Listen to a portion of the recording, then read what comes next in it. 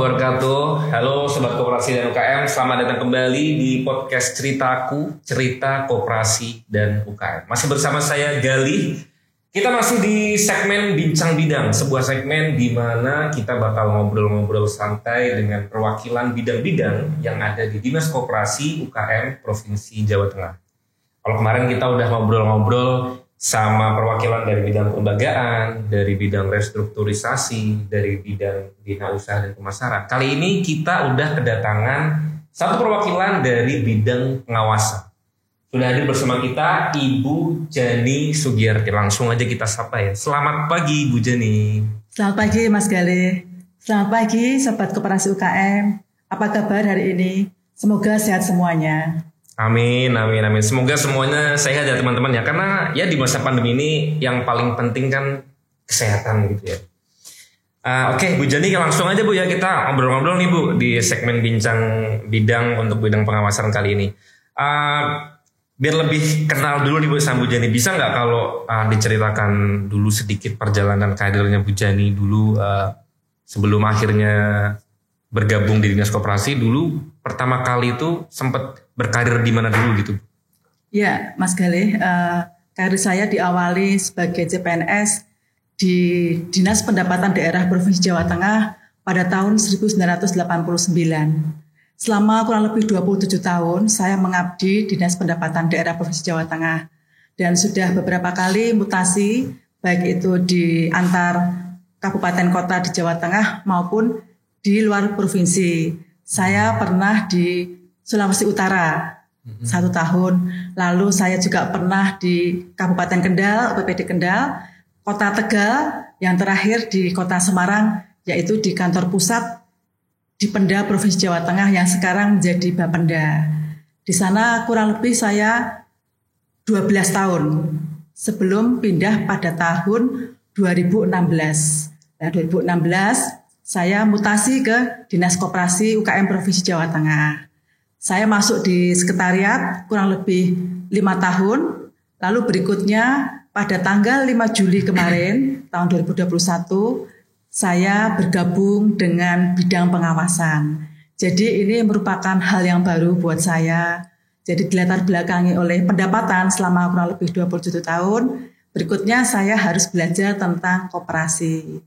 Ini hal baru yang menarik buat saya. Perjalanannya panjang sekali ya sebelum akhirnya nyemplung di dunia teknis perkoperasian, tepatnya di bidang pengawasan. Ya. Jadi kalau menurut Bu Jani sendiri sepanjang ini kan berarti udah adaptasi sekitar kurang lebih 3 bulan ya Bu ya, 3 bulan di bidang pengawasan. Bisa diceritakan nggak Bu job desk-nya di bidang pengawasan itu seperti apa? Yang sehari-hari dilakukan itu apa aja? Ya, untuk di bidang pengawasan, job desk-nya yaitu kita sebagai bidang pengawasan yaitu memeriksa dan mengawasi koperasi-koperasi yang menjadi kewenangan Provinsi Jawa Tengah. Nah, regulasi yang sudah ditetapkan dan aturan-aturan oleh pemerintah itu kita akan mengawal dari bidang pengawasan, akan melihat pada saat tinjauan ke lapangan, akan melihat bagaimana regulasi itu diterapkan oleh koperasi-koperasi yang menjadi binaan di bawah Pemprov Jateng. Begitu Mas. Berarti intinya memastikan koperasi-koperasi ini menjalankan regulasi yang sudah ditetapkan oleh pemerintah gitu ya. Nah, kalau tadi Bu Jani kan sebut yang diperiksa, yang diawasi itu koperasi-koperasi binaan provinsi. Nah, binaan provinsi ini sebenarnya siapa aja Bu? Koperasi mana aja gitu? Jadi koperasi-koperasi yang diawasi ataupun diperiksa oleh bidang pengawasan adalah koperasi yang antar kabupaten kota di seluruh Jawa Tengah itu menjadi binaan dari Pemprov Jateng, kewenangan dari Pemprov Jateng. Tapi kalau misalnya itu ada di kabupaten kota, misalnya di antar kecamatan atau antar kecamatan, itu menjadi wewenang dari kabupaten kota dan ada juga tingkat nasional yang keanggotaannya adalah lintas provinsi, itu menjadi kewenangan dari nasional begitu Mas. Oh, berarti saya baru tahu juga nih pengklasifikasiannya berarti bukan berdasarkan jumlah aset atau omset dari koperasinya, tapi berdasarkan anggotanya itu sendiri Bu ya. Kalau anggotanya lintas lintas kecamatan dalam satu kabupaten kota jadi wewenang dari Dinas Koperasi Kabupaten Kota. Kalau lintas kabupaten kota tapi dalam satu provinsi berarti menjadi wewenangnya Dinas Koperasi Provinsi. Kalau lintas provinsi berarti jadi koperasi nasional menjadi wewenangnya kementerian gitu ya. Iya betul. Jadi dibagi diklasifikasikan menjadi pewenang dari nasional, provinsi dan kabupaten kota gitu Mas. Iya. Berarti bidang pengawasan itu sehari-harinya itu kan melakukan pemeriksaan dan pengawasan kepada koperasi yang merupakan binaan provinsi. Itu berarti gimana Bu? Datang langsung ke koperasi-koperasinya gitu?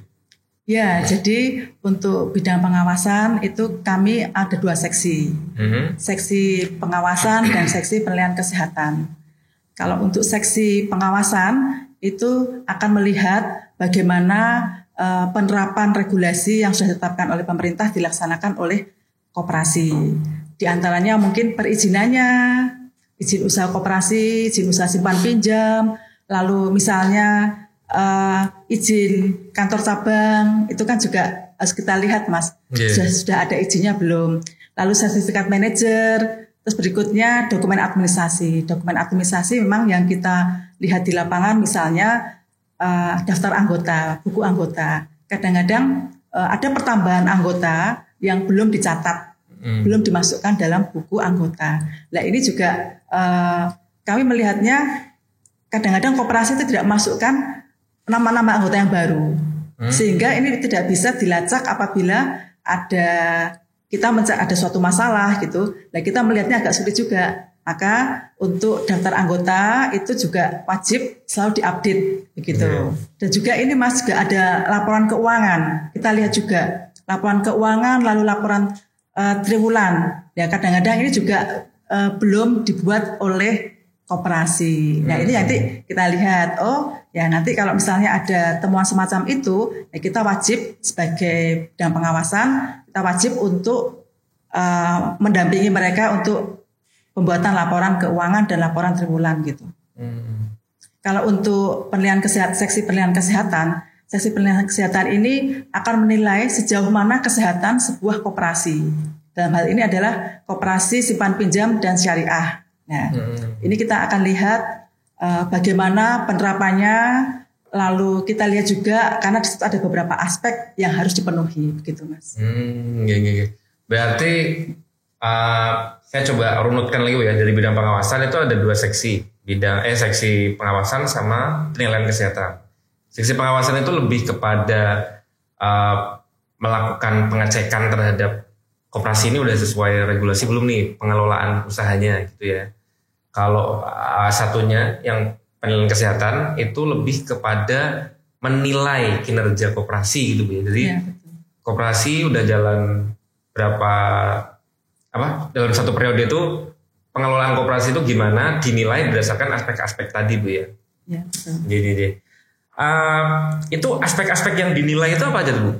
Yang jadi dasar penilaian kesehatan itu? Ya, ada 7 aspek ya Mas yang kita nilai untuk koperasi simpan pinjam, yaitu aspek permodalan, aspek kualitas aktiva produktif, lalu manajemennya, efisiensi, likuiditas, kemandirian dan pertumbuhan, serta jati diri koperasi. Dari ke-7 aspek itu nanti akan kita lihat dan akan kita nilai masing-masing. Kalau untuk koperasi syariah ada tambahannya yaitu aspek kepatuhan prinsip syariah, begitu Mas. Nah, dari penilaian dari 7 dan 8 aspek itu nantinya koperasi yang bisa dinyatakan sehat itu yang seperti apa Bu? Yang seperti apa Bu? Oh ya. Jadi untuk koperasi dinyatakan sehat apabila nilainya itu akumulatif 80 ke atas, yaitu dinyatakan sehat gitu Mas. Tapi ada juga koperasi ini kan kita penilaiannya ada 4 rings ya. Ada koperasi sehat, cukup sehat, dalam pengawasan dan dalam pengawasan khusus gitu. Begitu. Ini penilaiannya interval penilaiannya itu berapa tahun sekali atau berapa bulan sekali gitu Bu? Ya, penilaian kesehatan koperasi dilakukan ini 1 tahun sekali. Setelah diadakan RAT, maka koperasi simpan pinjam itu wajib untuk mendaftarkan penilaian kesehatan kepada dinas. Nah, persyaratannya yang pertama harus RAT dulu, ya. Yang kedua laporannya juga ada, laporan tahunannya. Berikutnya juga ada surat pernyataan dari koperasi bahwa apa yang disampaikan itu sesuai dengan kondisi yang sebenarnya. Jadi tidak ada yang disembunyikan begitu. Ya. Dan nanti dari tim kami, tim penilai kesehatan itu akan menilai dengan range-nya yang 4 tadi. Karena di dalam sehat itu nanti yang dinilai adalah nilainya nanti akan keluar antara 80 sampai 100 itu nanti dinyatakan sehat predikatnya. Kalau dinyatakan predikat cukup sehat itu nilainya 66 sampai dengan 79,99. Itu predikatnya adalah cukup sehat. Ada juga range-nya yang dalam pengawasan. Nah, dalam pengawasan ini nilainya adalah 51 sampai 65,99. Ada juga selama tahun 2021 ini nilainya adalah dalam pengawasan khusus. Nah, ini yang agak mengkhawatirkan ya. Ada juga ya Mas seperti itu. Dalam pengawasan khusus ini nilainya adalah 0 sampai 50,99. Nah, ini kan sangat mengkhawatirkan. Di dalam kondisi seperti ini ada koperasi yang masuk dalam predikat dalam pengawasan khusus. Ya, gitu Mas. Kalau persebarannya sendiri dari 4 predikat kesehatan itu terhadap koperasi-koperasi yang merupakan binaan Provinsi Jawa Tengah itu gimana? Mayoritas itu predikatnya apa kalau untuk Jawa Tengah? Ya, predikatnya rata-rata cukup sehat. Tapi ada juga setelah kita inventarisir selama tahun 2021 ini ada juga koperasi yang dalam pengawasan, ada juga yang dalam pengawasan khusus ini ya adalah, tapi tidak banyak. Yang paling banyak adalah cukup sehat. Dan kami apresiasi yang untuk koperasi dengan predikat sehat. Ya, ini ya di masa pandemi seperti ini kan masih bisa dalam kondisi sehat itu. Kalau ini kan penilaian kesehatan itu dilakukan 1 kali dalam 1 tahun buku. Berarti ya setahun sekali itulah dilakukan penilaian kesehatan. Untuk hasilnya sendiri itu biasanya gimana Bu? Misalkan satu koperasi dilakukan penilaian kesehatan di tahun buku kemarin 2020. Hasilnya misalkan sehat gitu. Tahun depannya itu apakah pasti akan sehat lagi atau bisa turun jadi dalam pengawasan terus gitu? Iya, memang yang kita harapkan dan idealnya adalah sama dengan pada saat penilaian dan predikat itu diberikan. Misalnya tahun 2020 itu tahun buku 2020 dan dinilai di tahun 2021 pada kondisi dan predikat sehat. Tetapi tidak menjadi jaminan bahwa predikat sehat itu bisa saja berubah. Karena apa? Karena laporan keuangan itu setiap saat itu juga ada fluktuatif. Fluktuatif artinya di dalam kondisi seperti ini orang bisa saja masa ekonomi yang sulit, penurunan ekonomi itu menjadikan masyarakat atau anggota koperasi untuk mengambil simpanannya. Dan hal ini juga jadi bergerak gitu ya. Artinya yang kemarin dinyatakan sehat itu bisa saja terjadi penurunan predikat. Seperti itu. Berarti kalau misalnya kita bicara laporan keuangan yang fluktuatif tadi, misalkan ada koperasi yang sebenarnya pengelolaannya baik dan track recordnya ke belakang mungkin sebenarnya cukup sering dapat sehat, tapi kalau misalkan kebetulan di tahun buku tertentu dilalah neraca keuangannya dalam posisi yang kurang bagus gitu, itu berarti bisa aja dapat predikat yang jelek itu Bu ya? Iya betul, ada penurunan predikat. Dan ini kita sayangkan ya Mas. Kemungkinan kan juga ada beberapa yang bisa kita lihat ke belakang, dalam arti mungkin ada permasalahan-permasalahan internal yang ada di koperasi tersebut. Misalnya mungkin di masa pandemi ini memang merupakan masa-masa yang sulit buat kita semua. Perekonomian turun, jadi mungkin ada banyak juga anggota-anggota koperasi yang kena PHK sehingga dia tidak punya penghasilan tetap. Jadi untuk kewajiban mengangsur pinjamannya ini jadi terhambat. Ya ini salah satu mungkin jadi salah satu penyebab untuk koperasi itu statusnya jadi berubah begitu. Ada juga mungkin juga salah satunya adalah salah manajemen. Salah manajemen artinya dari pengurus koperasi itu belum optimal dalam menerapkan prinsip-prinsip dan jati diri koperasi gitu. Kalau tindak lanjutnya dari dinas sendiri seperti apa Bu? Misalkan koperasi tadi yang ternyata dapat hasil penilaian kesehatannya kurang baik gitu predikatnya dalam pengawasan atau dalam pengawasan khusus. Kalau misal koperasi dapat predikatnya sehat itu kan udah jelas kan, dia berarti kan semacam dapat pengakuan kan dari dinas gitu. Dia memang melakukan pengelolaan usaha yang bagus, neraca keuangannya bagus, akhirnya dapat sertifikat penilaian kesehatan yang menyatakan bahwa koperasinya sehat. Itu kan nanti juga jadi meningkatkan kepercayaan anggota dan masyarakat di sekitarnya gitu. Nah kalau koperasi-koperasi yang hasil penilaian kesehatannya itu kurang bagus gitu, baik dalam pengawasan atau dalam pengawasan khusus, itu nanti konsekuensinya apa? Tindak lanjutnya apa dari dinasnya Bu?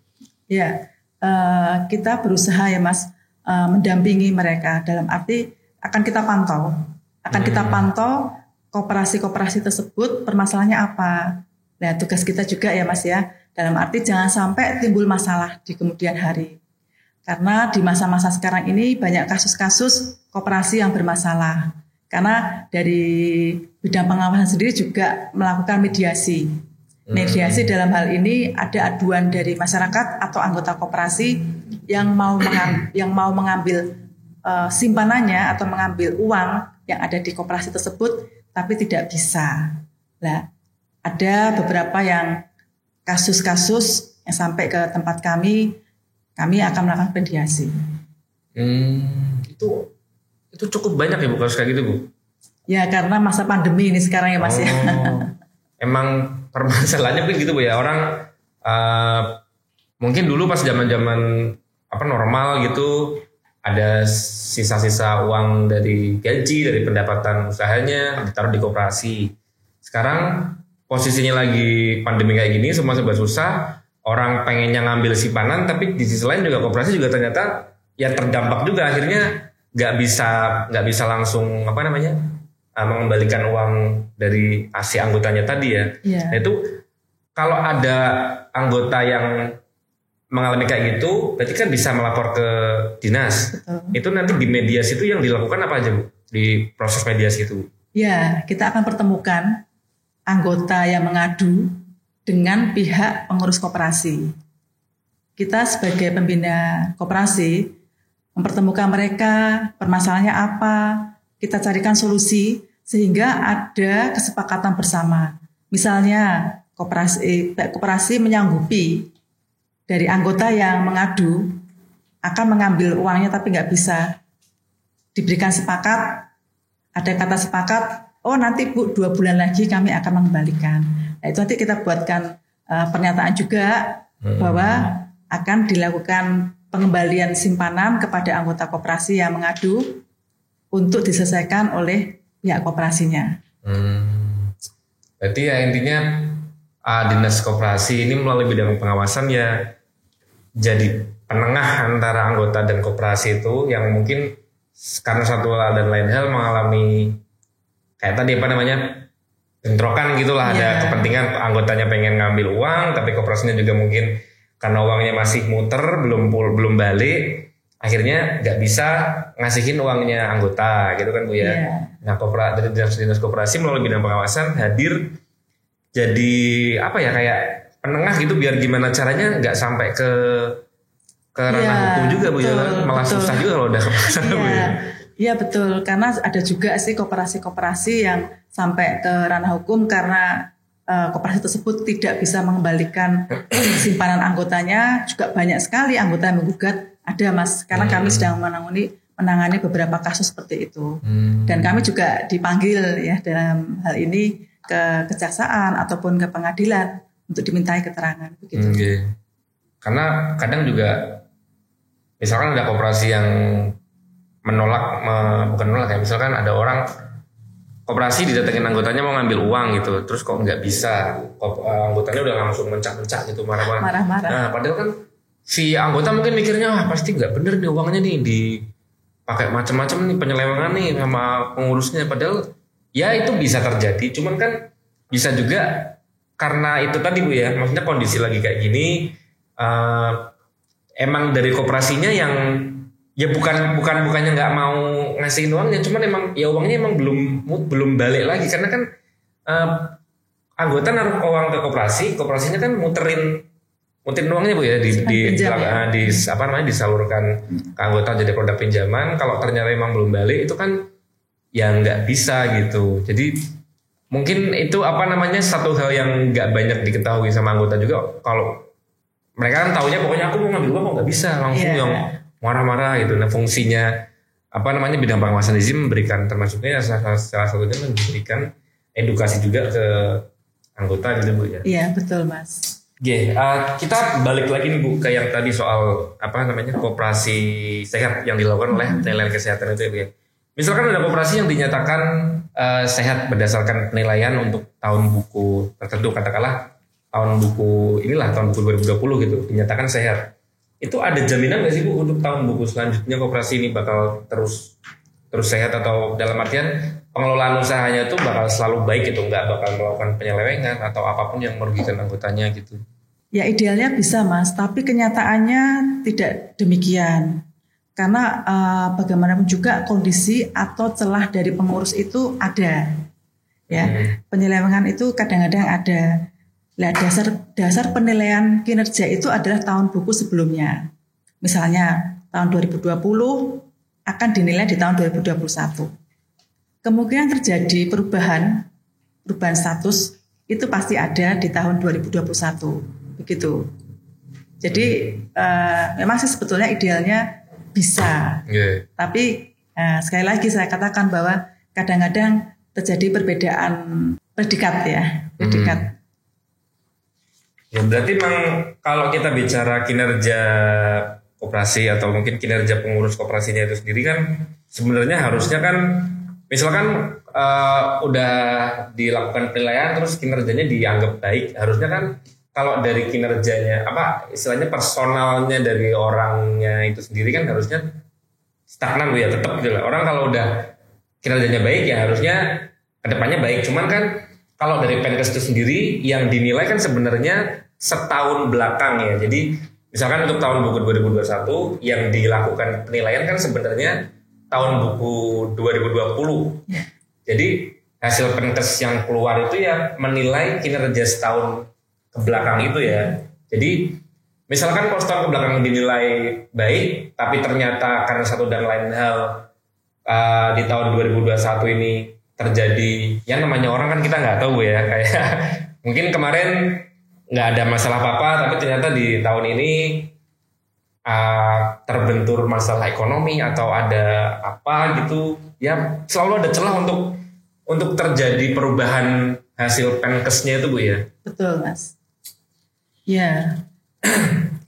Kalau dari bidang pengawasan sendiri Bu, misalkan ada, ya ini kan harapannya kan semua masyarakat itu kan tergabung dalam koperasi yang bisa mensejahterakan anggotanya gitu. Cuman kan kita nggak pernah tahu, namanya orang berniat buruk kan selalu punya caranya gitu ya.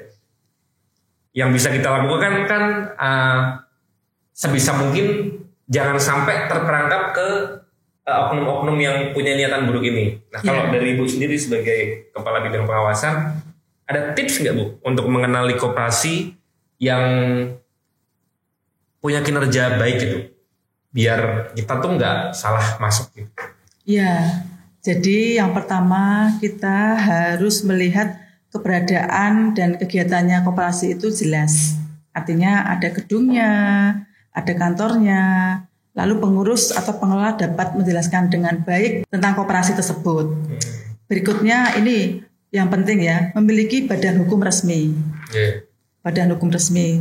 Lalu memiliki dokumen perizinan dan administrasi koperasi yang tadi saya sampaikan. Ada SOM dan SOP, standar operasional manajemen dan standar operasional prosedur. Itu harus ada juga. Nah, ini yang paling penting juga, jangan tergiur pada bunga atau jasa yang ditawarkan oleh koperasi tersebut. Kadang-kadang ada juga koperasi atau oknum yang menawarkan bunga atau jasanya itu terlalu tinggi. Jadi harap masyarakat ataupun calon anggota koperasi yang akan bergabung dalam satu koperasi itu dilihat dulu.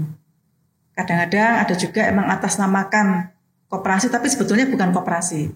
Masyarakat di masa seperti ini butuh uang, diiming-imingi dengan bunga atau jasa yang tinggi, patut giur. Padahal sebetulnya itu akan menjerumuskan calon anggota sendiri, begitu. Tapi sebetulnya ada Mas untuk ngecek ya, untuk mengecek keberadaan dan status dari sebuah koperasi itu bisa kita lihat di situs nik.depkop.go.id. Nah, di situ kita bisa lihat sebuah koperasi, bisa kita cari, kita cek. Di situ ada nomor badan hukum dan tanggal penerbitan badan hukum. Lalu berikutnya ada alamat, artinya tadi disampaikan alamatnya itu harus jelas. Ada nomor induk koperasi. Lalu yang berikutnya bersertifikat. Itu yang penting, yang kita bisa melihat apakah kita calon anggota berhak untuk memilih gitu. Oh, koperasi ini ternyata sehat, ternyata bagus. Nah, kita bisa masuk menjadi anggotanya. Oh iya. Berarti simpelnya bisa langsung dicek aja di situs tadi Bu ya, di nik.depkop.go.id. Kalau udah terdaftar di situ berarti bisa dikatakan itu koperasi yang ya udah terdaftar resmi menjadi binanya pemerintah gitu ya. Kalau misalkan kok dicek ternyata nggak ada, ya harus waspada. Betul.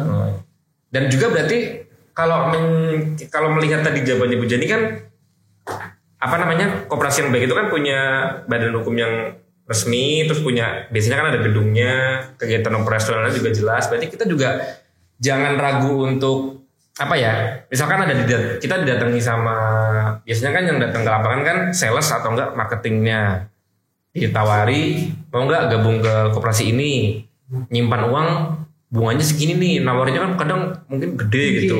Kalau emang kita ragu bisa langsung aja mungkin datang ke kantornya, terus kita cek langsung aja Bu ya, kita ya seolah-olah jadi bidang pengawasan yang datang gitulah, kita cek suruh nunjukin mungkin SOM dan SOP-nya, terus sertifikat NIK misalkan, atau berkas-berkas administrasi yang tadi disebutkan Bu Jani itu Bu ya, itu termasuk ya haknya kita sebagai calon anggota untuk mengetahui koperasi yang mau kita masuk itu secara administrasi seperti apa, itu bisa dicek langsung gitu Bu ya.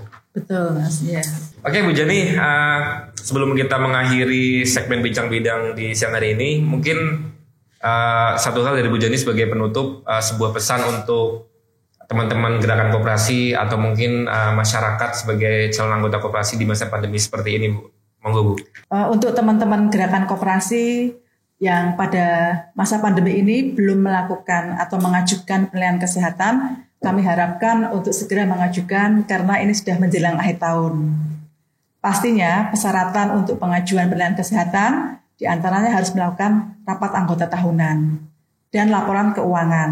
Nah, monggo segera mengajukan ke Dinas Koperasi UKM Provinsi Jawa Tengah untuk dilakukan penilaian kesehatan dengan beberapa persyaratan yang sudah saya sebutkan tadi, dan jangan lupa ada surat pernyataan yang menyatakan bahwa apa yang dikirim, apa yang dilaporkan sudah sesuai dengan kondisi yang sebenarnya.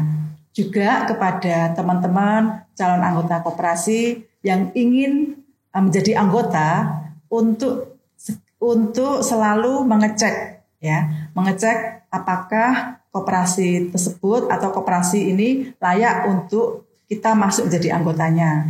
Karena di masa pandemi ini ada banyak tawaran yang menggiurkan untuk memberikan bunga atau jasa yang lebih tinggi. Untuk itu mohon kepada calon anggota untuk selektif ya, untuk memilih menjadi anggota koperasi. Itu Mas. Baik, terima kasih Bu Jani atas waktunya, atas sharing-sharingnya di bincang bidang kita di siang hari ini. 4 hal mungkin yang bisa saya sampaikan sebagai kesimpulan untuk bincang bidang pengawasan episode kali ini. Yang pertama adalah penilaian kesehatan merupakan sarana untuk menilai kinerja koperasi dalam satu periode tertentu. Biasanya 1 tahun buku terakhir berdasarkan buku RAT, laporan keuangan, dan dokumen pendukung lainnya. Yang kedua, hasil Penkes dari 1 tahun ke tahun selanjutnya idealnya adalah fluktuatif namun cenderung stabil ya Bu ya. Cenderung stabil dalam artian tidak terjadi peningkatan atau penurunan yang terlalu drastis. Yang ketiga, penilaian kesehatan menilai kinerja koperasi satu tahun buku tertentu. Pada dasarnya tidak menggaransi apapun terkait kinerja koperasi di tahun buku selanjutnya. Karena penilaian kesehatan itu kan melakukan penilaian atas kinerja koperasi 1 tahun buku terakhir gitu. Jadi untuk tahun buku selanjutnya itu selalu ada celah atau peluang untuk terjadi hal-hal yang di luar kuasa gitu. Bisa aja mungkin turun drastis atau naik drastis karena seperti yang kita tadi singgung, neraca keuangan itu juga sifatnya fluktuatif. Yang keempat atau yang terakhir, kehati-hatian masyarakat sebelum bergabung dan mengakses produk koperasi tetap diperlukan. Jangan pernah sekalipun tergiur koperasi yang menawarkan bunga terlalu tinggi. Selalu cross-check segala informasi mengenai koperasi tersebut. Salah satunya bisa melalui nik.depkop.go.id atau langsung aja datang dan melakukan konsultasi ke dinas koperasi terdekat. Gitu ya teman-teman ya. Oke, mungkin cukup sampai di sini bincang bidang kita kali ini. Sekali lagi terima kasih Bu Jenny atas waktunya. Sama-sama Mas. Terima kasih Sobat Koperasi dan UKM yang sudah meluangkan waktu untuk menonton video ini dari awal sampai akhir.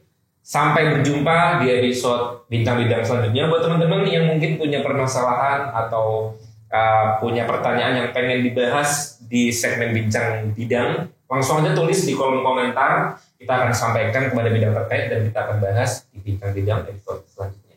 Saya Galis Saputra pamit. Sampai ketemu lagi di podcast Ceritaku episode selanjutnya. Wassalamualaikum warahmatullahi wabarakatuh.